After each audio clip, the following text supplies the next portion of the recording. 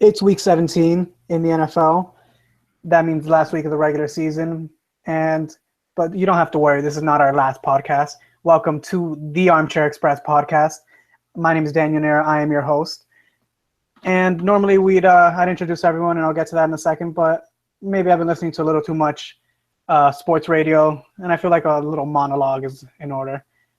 So just in general, if you've never joined us before, we go over our game picks, who we believe is going to win each game, and then we have certain debate topics. This week we'll be covering resting starters, some certain coaches, some have been fired, some have comments have been said about them, playoff seeding, and things like that. So we're going to go ahead and start off and introduce our cast for this week's Armchair Express podcast. And right off the bat, we have William. Hello, guys. This is William. I'm here, back again. Sorry I wasn't here last week, but I'm going to be talking about the Patriots along with Daniel today. Welcome back, William. We have Mr. Richard. Hey, guys. Richard Cano here, writer for America's team, the Dallas Cowboys. We have Matt. Hey, what's up, guys? Matt Martinez, writer for the Pittsburgh Steelers. Joining us for, I believe, the first time, CJ. Actually, it's my second time, but I am the writer for the Seattle Seahawks and CJ. All I gotta say is deal with it. Yeah, I was actually my bad. So second time, I thought, but I couldn't remember. And last but not least, we have Babcock. Hello, people. I'm Christian Babcock. In the spirit of being a member of the cast, I have to act interested in the Los Angeles Rams from time to time. So that's our cast for today. We're going to start off with our game picks. First up on the chopping block, we have the Patriots going to see the Dolphins. And this game, I'm going to let Will take off in a second, but the first thing I got to say is this game is more important than you'd think, and for multiple reasons. But Will, you can go ahead and give your take on that. All right, so Patriots are playing in Miami today, and the past few seasons, the Patriots haven't done well in Miami. I know last year they went in with this weird game plan, just hand the ball off to Steven Jackson 3 times and then punt it.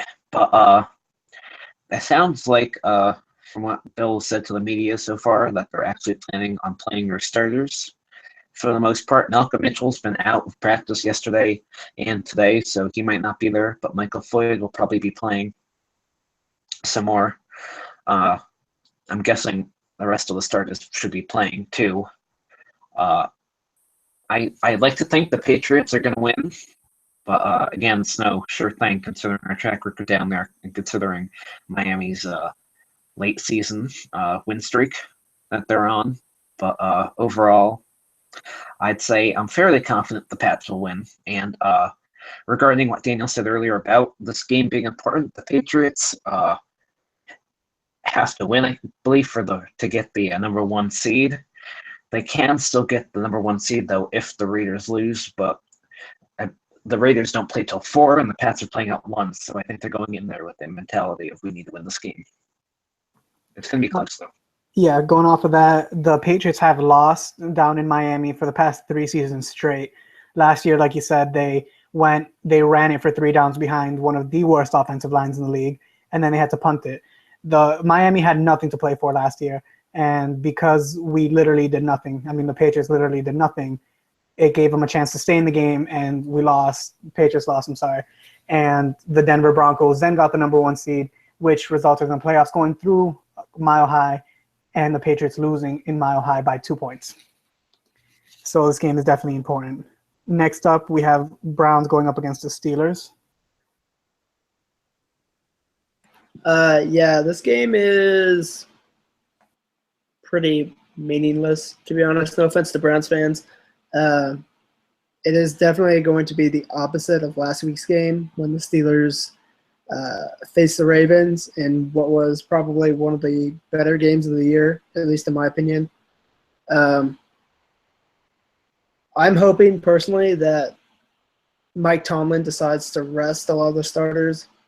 Ben Roethlisberger, Le'Veon Bell, Antonio Brown, as well as James Harrison, who's 38 years old.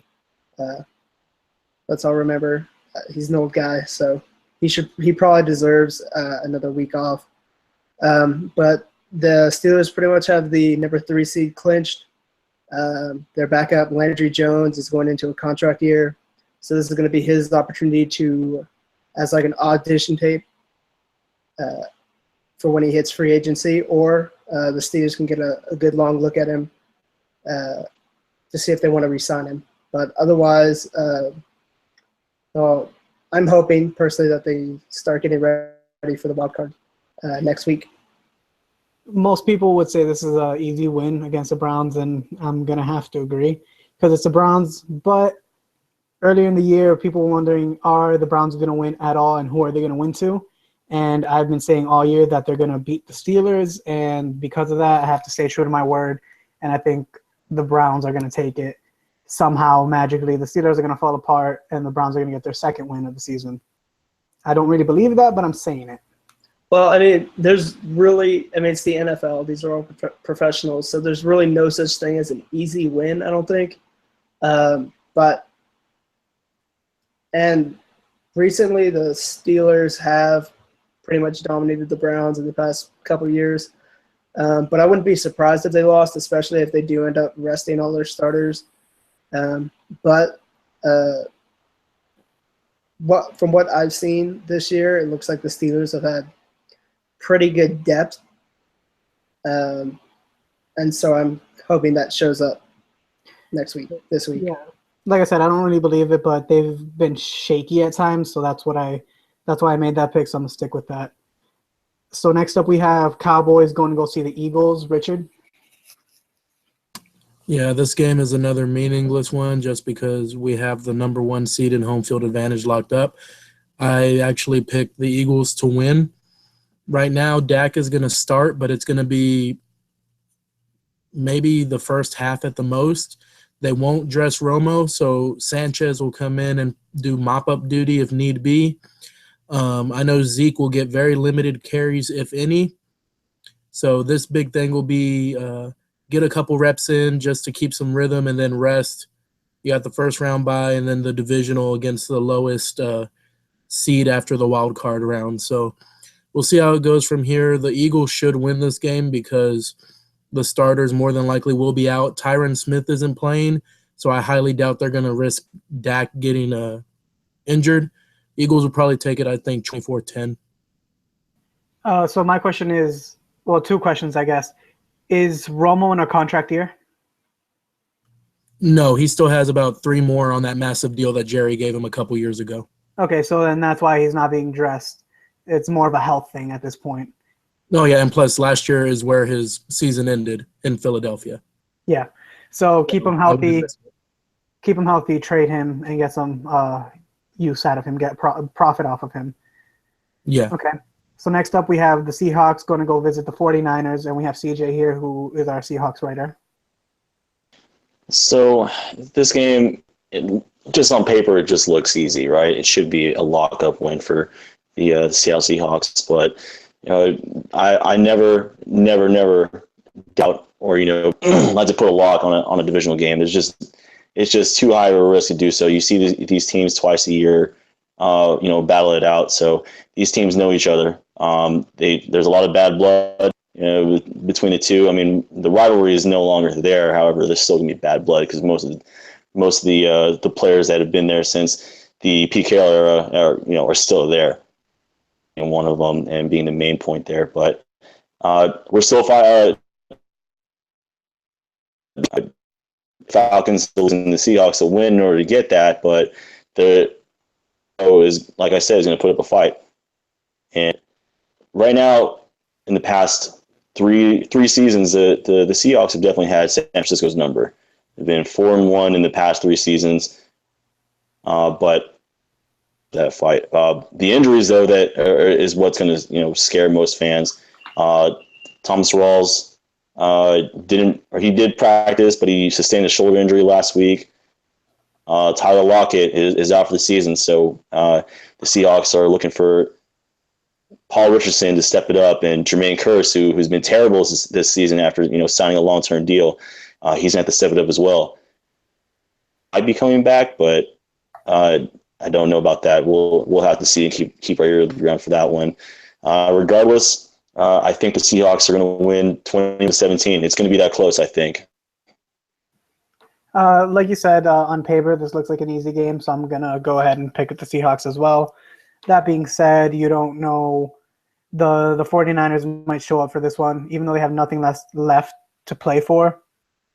They might show up for this one, and there's been times Colin Kaepernick hasn't looked good, but there's been times where he puts up touchdowns out of nowhere. So it could be possible, especially because the Seahawks have shown remarkable inconsistency this year. It's in my memory they showed up for one game, and that was against the Patriots, and after that it's just been shaky at best.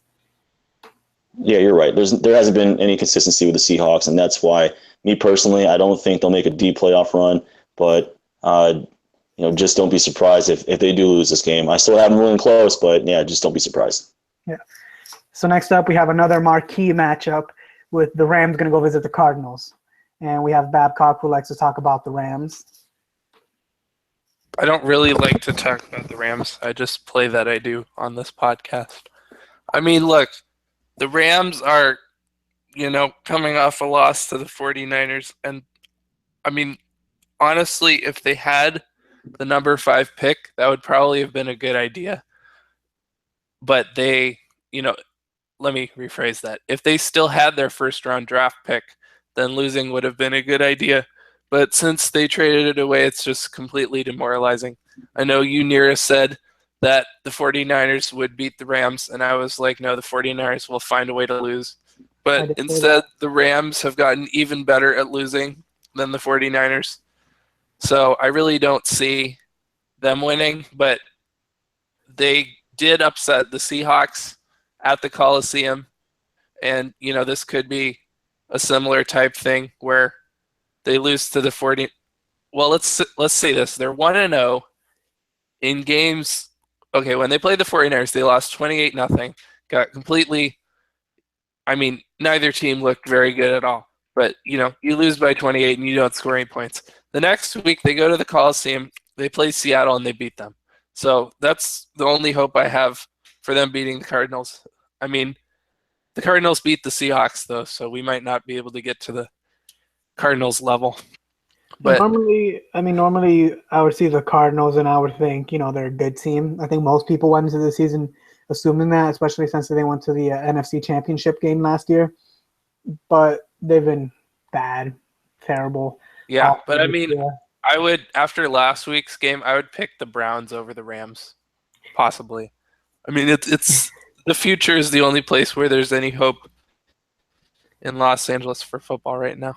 We'll see. Maybe LA will pick up Rex Ryan. We don't want Rex Ryan. All right, so that wraps up our game picks.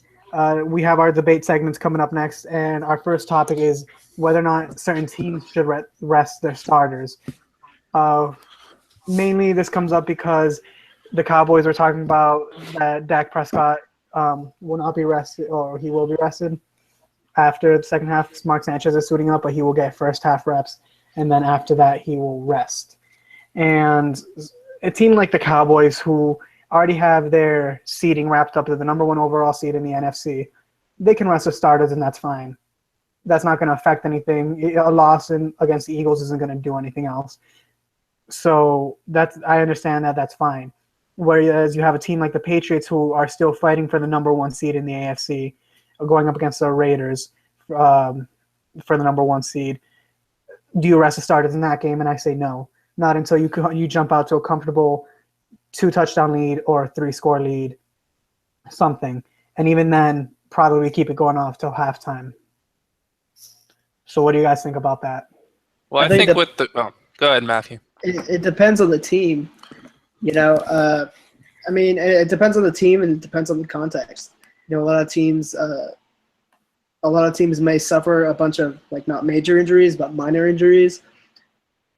Like in week 15 or 16, with the Steelers and defensive end Stephon Tuitt. They've already got Cam Hayward on IR, and without Stephon Tuitt, they're really thin on the defensive line.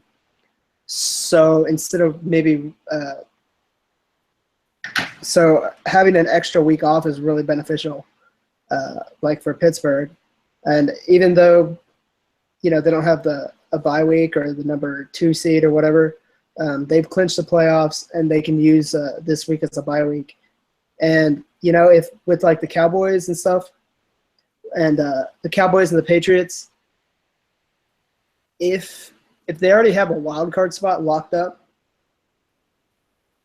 and then they rest their starters week 17, that's 2 full weeks off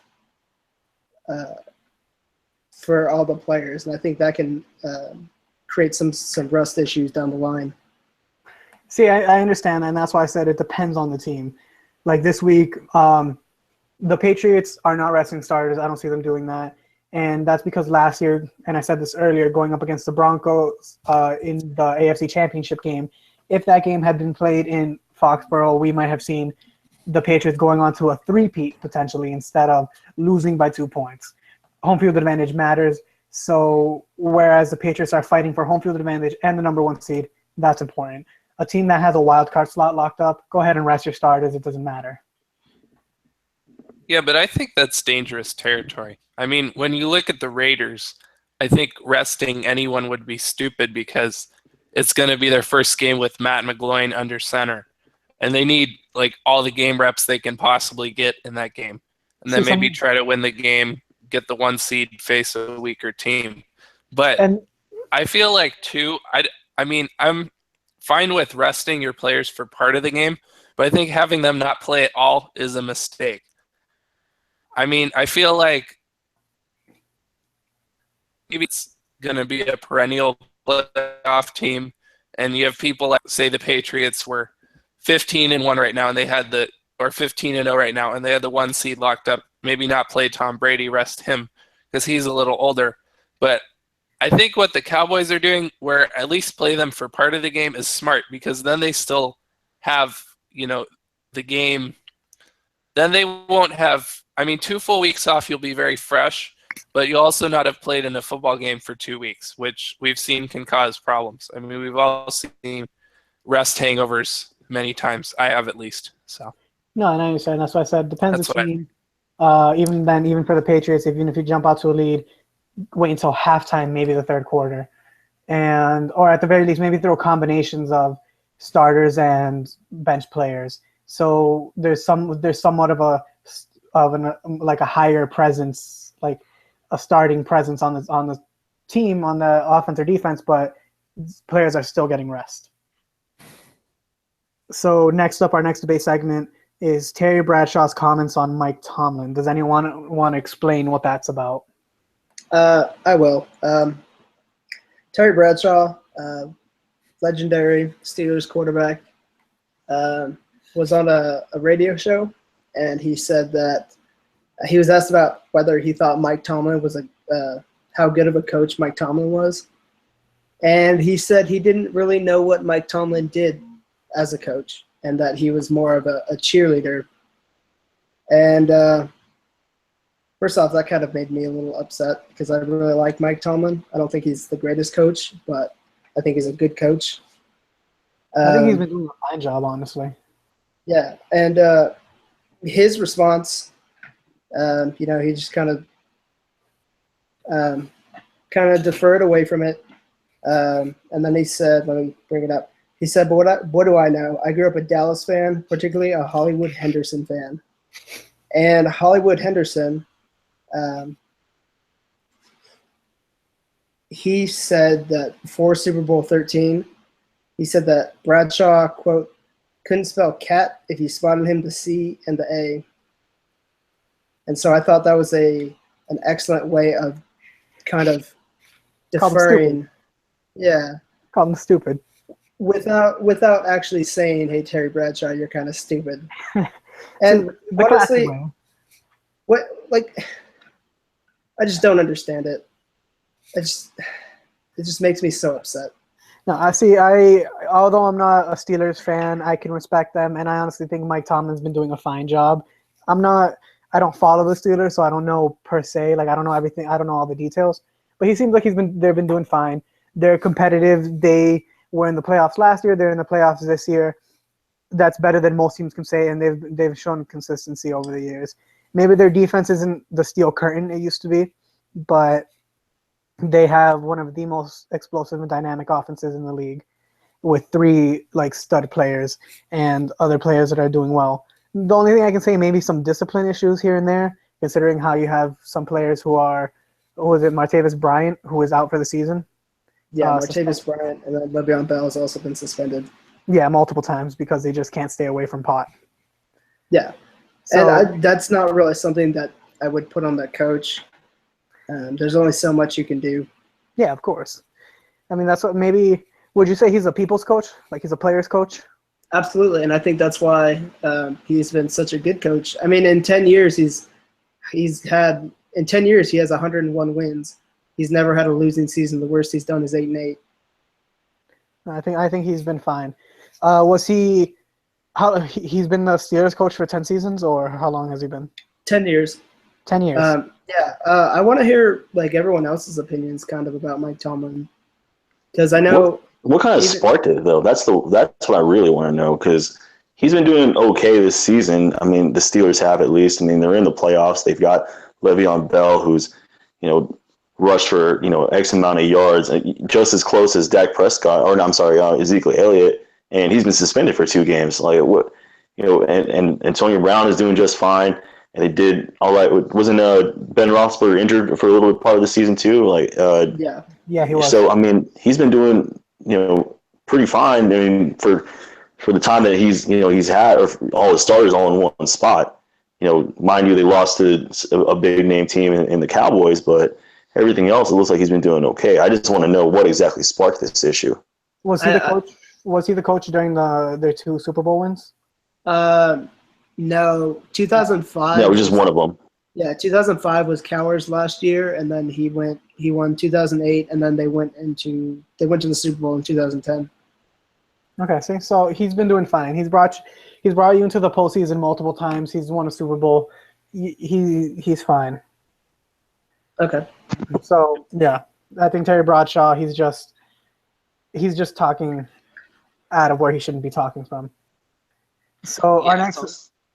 No, go ahead, Will. What were you gonna say? Oh, okay. I said just also worth noting that the Steelers, they've had consistency at coach, right? Because Mike Tomlin just took over right after, Bill Cowher, right? So they've had a good continuity for their head coach.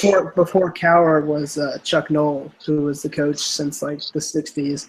So the Steelers they've had a great a continuity there, and I think Bill Belichick went on record after Rex Ryan got fired, saying it's not good to fire coaches all the time. So it seems like they're doing well, and they've had a good consistency all the way through, and he's not doing terribly. That's so it just seemed to come out of nowhere because he's not doing bad. The Steelers are still probably winning their division. They're making it to the playoffs as the 3 seed.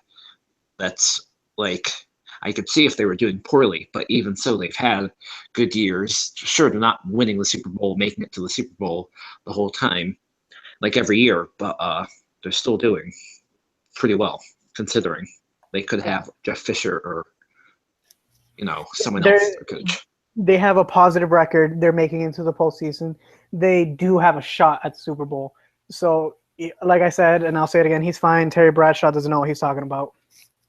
Can I ask an off-topic question just real quick? I just want to ask, with this same situation that we're going into with Terry Bradshaw, we had the same issue just with another Hall of Famer with Eric Dickerson and the LA Rams talking about Jeff Fisher. We did. So does that do we feel that because me personally, I think they have every right to say whatever they want to say. It's kind of hard to consider Terry Bradshaw to be an analyst, but he's on Fox Sports every Sunday talking about football. So I feel like he has every right to say it, but I just want to know the justification as to why he said it. I mean, he can say it. It doesn't mean he's right. He can say whatever he wants. I have no idea what sparked it, but it just seems like a lot of this though gets blown out of proportion sometimes. Really, a lot of drama goes on with the NFL. So next up, our next debate segment has to do with playoff seeding. We touched upon this a little bit, so maybe we won't stick too much on it. But right now, the AFC is completely locked up in terms of we know what teams are going to be in the playoffs. The seeding is still a little bit iffy with certain teams. For example, the Patriots are fighting for the number 1 seed. with the Raiders. The Dolphins are getting either the 5th or 6th seed. I believe the Texans and the Chiefs are locked up at. Is it Texans and the Chiefs? No, the Chiefs. The Chiefs can move. Texans, Steelers locked up. 3 and Yeah, 4. the Texans and Steelers are locked up. The Chiefs and Raiders can either get the 2 or the 5 seed. No, the Raiders the Raiders can get the 1st seed. Yes, the 1st, 2nd, and 5th seed. The Steelers can get the 2nd and the 5th, and the Dolphins can either get the 5th or the 6th. Yeah, so there's still a lot of movement going around there. But in the AFC, you know who is in the playoffs. Yep. Next, on the other side of football, we have the NFC, which the Cowboys are locked up where they're at, and then I'm not too familiar where everyone else is. The Giants are locked up as the 5 seed. The Falcons Okay. and Seahawks can clinch the 2nd and 3rd seed, respectively, if they win each of their games this week. And then the Packers, Lions, and Redskins are all fighting for the last 2 spots. If the Packers and Lions are playing each other, so whoever wins that game gets the 4 seed. Want to know what? And then the Redskins win, they get the 6 seed. Want to know what though? If What? if the Packers Lions tie, if let's say there's a scenario where they do nothing for the entirety of 4 quarters and they tie, no matter what the Redskins do, the Redskins are out of the playoffs. Yep. And the Lions and the Packers go. That's like almost astronomical, the chances of that happening, though. Yeah, and that's what it would be like planned. It would be like collusion at that point where they want I don't understand why the Lions want the Packers to go to the Super Bowl. I mean, not the Super Bowl, to the playoffs. I don't see that happening. The Lions don't like the Packers. Packers don't really seem to care one way or the other. But if for whatever reason they were to just decide to tie, or if they did tie, which is very unlikely for them to tie, the Redskins are out. The Buccaneers are also capable of making the playoffs, but it requires the Buccaneers to win, the Colts to win, the Cowboys, Lions, Redskins, Titans, and 49ers all to win. And that probably won't happen. No, they need a lot of help. I mean, you're relying on the 49ers to win against the Seahawks? Among other teams. Like, it's seven teams have to win. It's gonna be tough. It's gonna be real tough for them, but it would be it's still technically possible. It's still technically possible, and that's the thing with football. Like any given Sunday. Yeah. I think it was not the NFL. It was the NFL at the beginning of the season. There was like a week of upsets. Same thing with college football. I don't follow college football, but wasn't there like a whole bunch of upsets? You don't know what's gonna happen. Any given Sunday, who knows? Maybe the Bucs happen to magically make it into. Yep, just like the Browns beat the Chargers last week and still somehow got the 1st seed because the 49ers also won. You know what's not going to help the Bucs make the Super Bowl? What? Doug Martin suspended / going to rehab, moving away from football to deal with personal issues, I believe was the quote. Yeah, something like that. But it's really unfortunate considering how... It really is. This probably happens more often and we just don't hear about it. Really. Yeah. I mean, well, apparently he did fail the drug test. Initial reports said that he was stepping away, but he's suspended for failing the drug test. So it's not really his choice at this point. That being said, he's 27 years old. I'm sure rehab is his choice. So if he's going to rehab, granted it's at the end of the season, most likely the Buccaneers aren't making it into the playoffs. So he might want to do rehab to try and make it back in time for next season. I mean, he's 27 years old. He's technically in his prime. Mm-hmm. So, he's on the backside of his prime. He's what? Backside of his prime.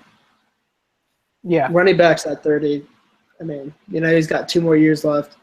Well, yeah, that's what I'm saying. Like, there's that wall at 30 for running backs, but he's 27, so he has 3 years, 2 seasons. That's what I'm saying. Technically, still in his prime. Technically, but probably not the best time for him to do this. And you have to. I mean, it's not just failing one test. I think you have to fail at least multiple. 2 before. Yeah, you have to fail multiple before you're even suspended, and it's made public. So, and I mean, that just makes it frustrating, and that's what makes it, that really makes you wonder how many of these players are going through these types of issues. Yeah. Like I know with the Steelers, Martavis Bryant and Le'Veon Bell. Although Le'Veon Bell, he didn't fail a second drug test. He missed the test, and he ended up settling with the league. He was suspended for 3 games. He settled for 2. You know damn well he would have failed that drug test. I don't know. I trust Le'Veon Bell. No, I don't trust Martavis Bryant, but I will trust Le'Veon Bell. As a Steelers fan, you should know. Not to mention, why miss it at that point? If anything, just offer to retake it. I mean, you can't do that. Oh, you can't offer to now. It's just okay. You're done. Either way, if he missed it, it's to me that he did that on purpose. So, in my opinion, he definitely smoked it. He smoked weed or whatever drug he was doing. I'm assuming it's weed. But so he did that. He would have gotten suspended for 4 games anyways. He missed his drug test. Then he appealed it, got it down to 3. Just a tiny little bit better. He settled with the league. Well, I mean, the fact that the league was willing to settle. He got suspended for 3, and then he settled for 2. But anyways, this is off topic. Yeah. So our next debate segment is on everyone's favorite coach, Sexy Rexy, Rex Ryan, is fired from the Bills. And how do you feel about that? About time? It's his second season there. I mean, granted, there's people keep saying that he took one of the best defenses in the league and ran it into the ground. Yeah, I mean, the thing is the conversation would be different if we had Sammy Watkins and, LeSean McCoy throughout the entirety of the year. And but considering, I think he did all right, I guess, considering. But yeah, people are saying that his switch of the defense, what was it, from a 4-3 to a 3-4? Something like that. Wasn't a good decision. But I think he did fine. I mean, they're in middle of the pack this year, and considering all the injuries they've had during the Brandon Tate and Justin Hunter for parts of the year. But the thing that I thought was interesting is that they're benching Tyrod Taylor this week and playing EJ Manuel. And so I guess part of the reason it has to do with that is that Tyrod Taylor has an injury clause in his contract where it's something like, I'm going to throw out a number. This is probably way wrong. It's $30 million. $30 million. See, I was about to say that. $30 million injury clause. And the Bills are out of the playoffs, so I guess they're going to sit him for the last game to make sure he doesn't get injured. But that kind of – it seems like – I mean, the Bills seem like they're cleaning house. They got rid of Rex Ryan. They got rid of Rob Ryan. If they're trying to bench Tyrod Taylor, does that mean that they're considering getting rid of him, that they're moving on from him? I hate to say it, that would be a stupid move if they did. Because, he's better than EJ Manuel. Exactly. He's better. I think he's an elite quarterback by any means, but at the very least, he's a bottom third quarterback. And quite frankly, good quarterbacks, even bottom third starting quarterbacks, are hard to come by. He's a decent placeholder quarterback at the very least. At the very least, he seems like a good placeholding quarterback. Yeah, they're not in a position really where they should have to draft a quarterback this year. His contract is still relatively cheap for a starting quarterback going forward. And if they really needed to, they could release him like 2 seasons from now or 3 seasons from now with minimal dead money. So I think for 2-3 year placeholder, he'd be fine. Why? Oh, no, go ahead. Go ahead. I mean, I think it depends on what they plan to do. I know a lot of people are talking about Rex Ryan like he was a 3-13 coach, but I mean, he had an opportunity to go 9-7 this year, and he still got fired. So I'm not entirely on board with the decision to fire Rex. I can understand why, though. I think it was either make it into the playoffs or you're fired. He didn't make it to the playoffs. But I think because every new coach wants their guy at quarterback, and so Anthony Lynn, who is the interim head coach, he's the guy who was promoted to offensive coordinator after they fired. Who did they fire? Greg Roman. Yeah, I think Greg Roman. In week 4, he took over, and then Buffalo's offense did a 180 and became competent. If he holds on to the spot I think they keep Tyrod Taylor and keep up. Don't forget they have Cardale Jones, who they're kind of grooming, and maybe Tyrod Taylor can be the bridge into the era of Cardale Jones in Buffalo. Maybe. Honestly, I don't think it was the best idea to fire him. I'm not saying he's a good coach. That's not what I'm saying. What I'm saying is that you gave the guy 2 years. It takes more than 2 years to turn a team around. It takes more than that. Granted, they had a great defense, and I guess not so much anymore. But it takes more than 2 years. You got to give a guy time. Like Will was saying earlier, Bill Belichick was talking about how it's not good for a team to move a coach that fast. So yeah, and I think a lot of it also has to do with like behind the scenes, how the GM and head coach get along, and how like the GM, I guess, he works more behind the scenes, not heard of all the time, but he's in charge of, Bill Belichick is basically head coach and general manager, but other teams, it's, if the general manager isn't getting the right personnel for the coach's scheme, or if they're not on the same page yet, it's gonna take a while. If Rex wanted to do a 3-4, it's gonna take a while for them to switch to a 4-3 scheme. No, I understand. I mean, you're right about that. But in my opinion, honestly, I think the league is better off with Rex Ryan in it. And this is coming from a Patriots fan. And I'm not saying like I said, I'm not saying he's the best head coach. I think he's a good defensive coordinator. I don't know. Could you have demoted him to defensive coordinator? I don't know if you can even do that. I don't think you can demote anyone to a team, from a head coach to, a coordinator. It just doesn't work that way. And not that it's impossible to do as far as, regulation. It's just you're going to demote somebody, and that type of leadership that you build upon one person, and then all of a sudden you're going to get demoted. I don't think it just works that way, because you're going to lose the respect of the locker room. You're going to lose the respect of, the defense that you're going to be working for. So, I mean, I agree that he would be a great defensive coach elsewhere, not a head coach. I've always thought he was one of the most overrated coaches. So, behind Jeff Fisher, obviously not a Jeff Fisher fan, but I'm with you though. 2 years is not enough. I think, me personally, 3 years is good enough to try to find, someone's calling to figure out what's going on. Just watching Pete Carroll do what he did in Seattle, it took him, a good solid year for him to try to rebuild what was going on. He didn't get he didn't do too hot his first year. Went 7-9, made it to the playoffs, but I mean that who really counts it anyway. He started him and GM John Snyder started to build what is now well, I wouldn't say now, maybe the last couple of years, but a very scary defense. So it takes time. It definitely takes time, and just like Will said, it is a GM thing too. Yeah. You got to consider that. They do. Whaley is not a good, from what I can tell, hasn't been picking the right people, and so you got to consider that. But who's really the golden boy at that point, right? Is it Whaley or is it Rex Ryan? Obviously, we know the answer to that. So it just depends on your situation. It's probably both, and that has to go along with, like you said, being on the same page. And I think that's what I was talking. That has to do with what I was talking about. Is that the Bills seem like they're cleaning house? They might be pushing the reset button at this point, especially if they're benching Tyrod Taylor and possibly hinting at trading him. I also heard talks that there's a chance that the GM might be getting fired as well. So who knows about that? I agree with that. Yeah, I would say that you should do that at least. If you're going to reset and clean house, you can start from the GM too.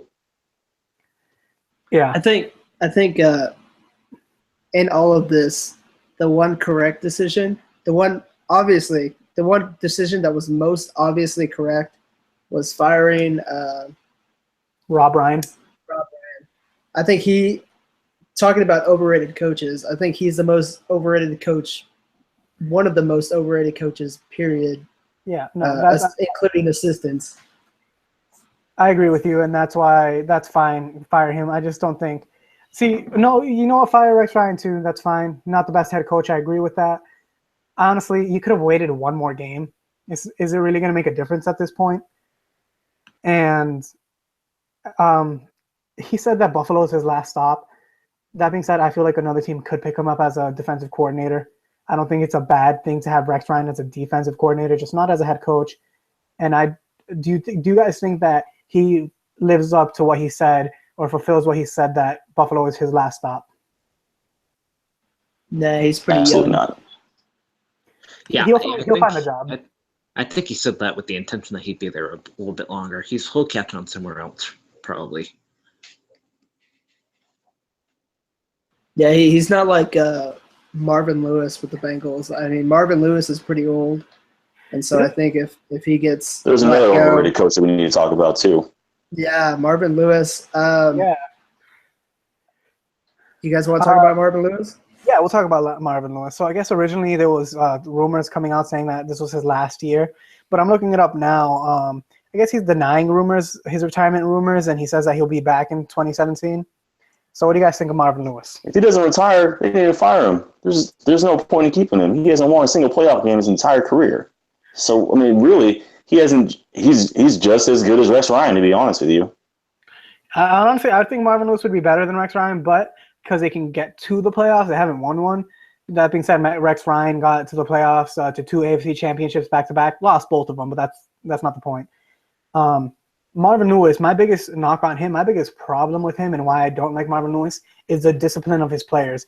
You know, because you can, we were saying about the Steelers players like Le'Veon Bell and Martavis Bryant, you can only do so much when they have when they want to smoke weed or do some drugs or whatever they're doing off the field. But the thing with Marvin Lewis is that his players on the field have no discipline. Last year against the Steelers, they had that game.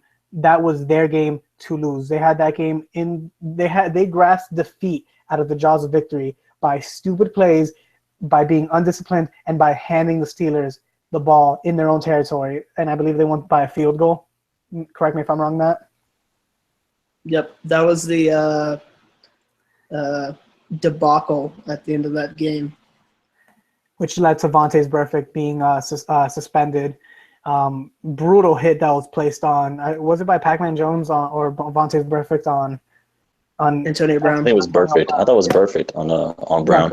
Perfect on Brown. It was perfect on Brown. I thought they And got then 2 Pac-Man penalties on that play. They did because Pac-Man flipped out.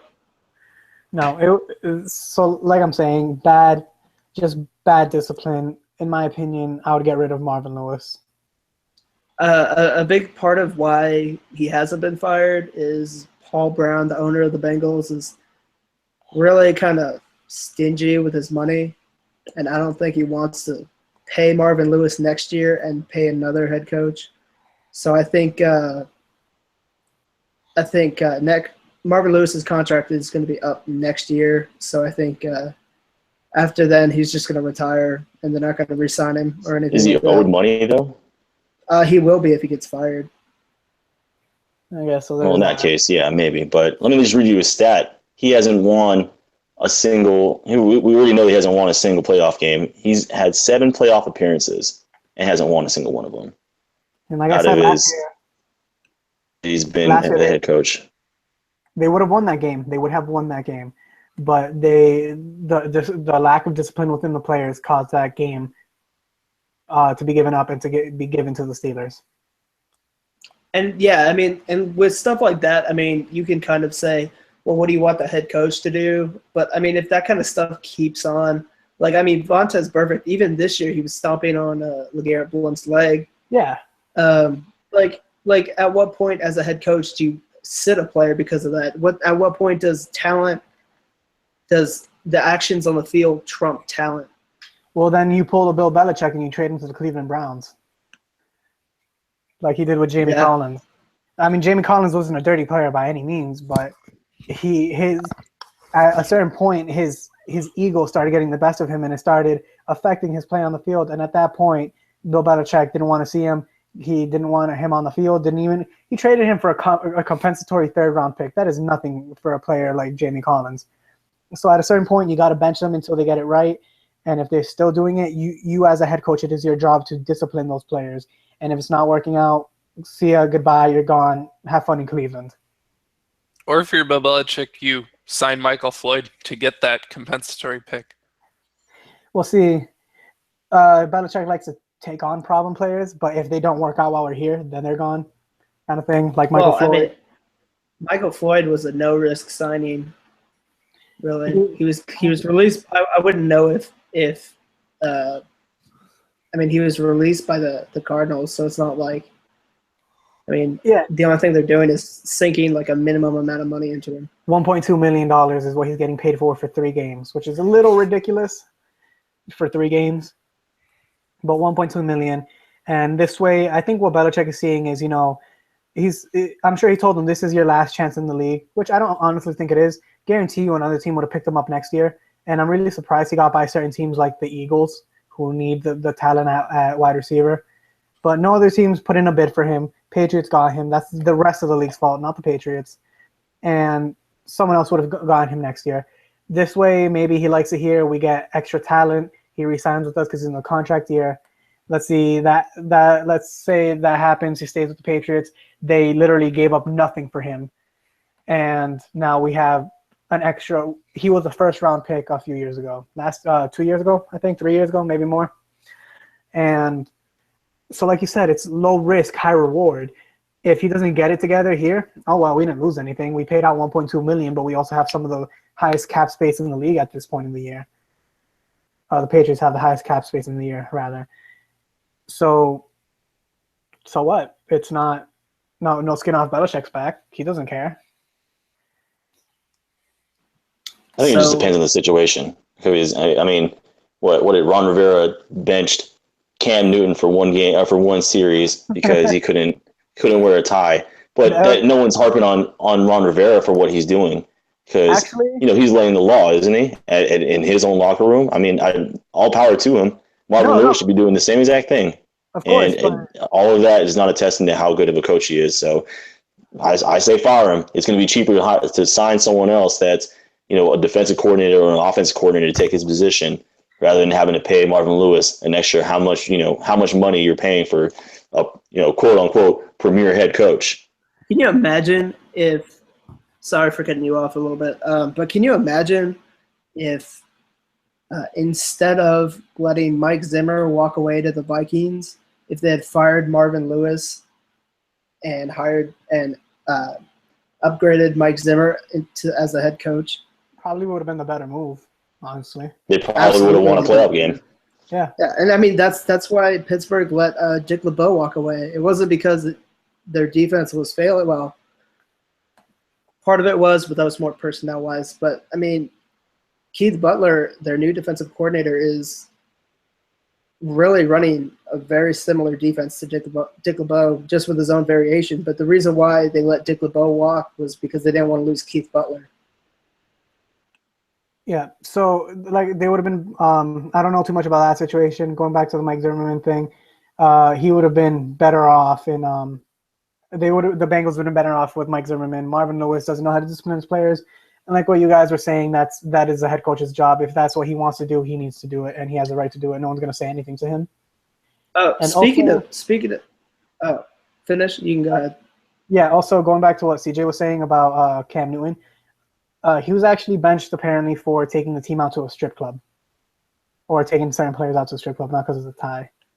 There you go. That's an even better. That's even a better excuse as to why you should bench him for that one series to prove to satisfy your punishment. I mean, like I said, you need to be able to exude that leadership in a locker room. If you don't, people are going to run all over you.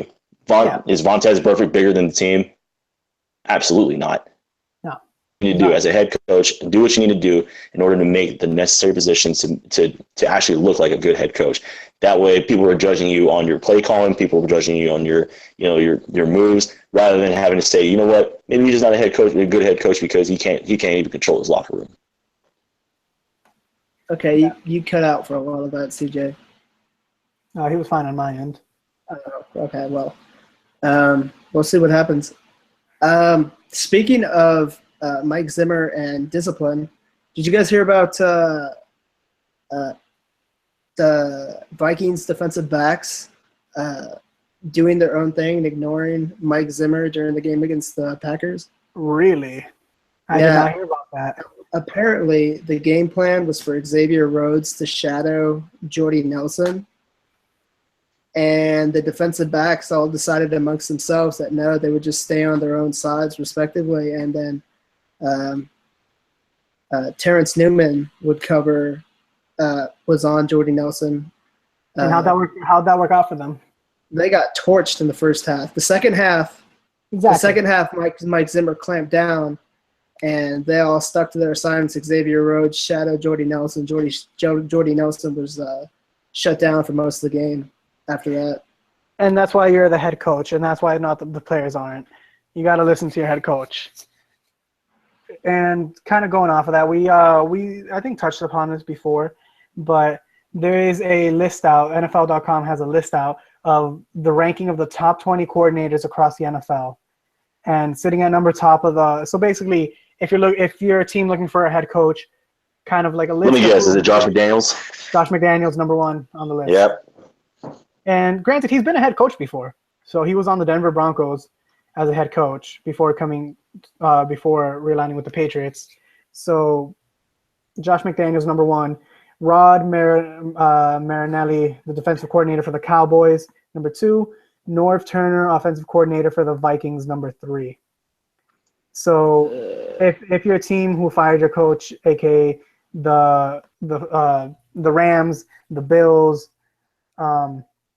Jaguars, this is most likely the list of coaches you're going to look for. The Jaguars are also thinking about bringing in Tom Coughlin, right? They just had him down for an interview or something. Yep. They just had an interview with him. Yep. Yeah. That seems like they're going with Tom Coughlin, which I mean I think it's fine. He did well with the Giants, brought him 2 Super Bowls. Granted, they petered off a little bit at the end, but I think he was fine. I don't like Norv Turner on that list, to be honest. I think he's a better offensive. Yeah, I like him better as an offensive coordinator, not as a head coach. Yeah. All right. So, anyways, I think that's going to wrap up this episode of the Armchair Express podcast. Again, my name is Daniel Nera.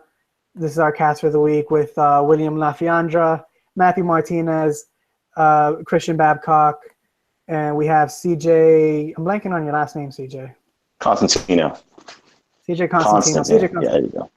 Constantino. Okay. So thank you for joining us. Go follow us on Twitter at AC All Americans or also at Armchair NFL on Twitter. Go check out armchairawllamericans.com and roll Armchair, guys. Roll Armchair. Roll Armchair. Have a happy New Year. Happy New Year. Happy holidays, Happy New Year, Happy Hanukkah, whatever you guys believe in, it's okay with us at the Armchair Express.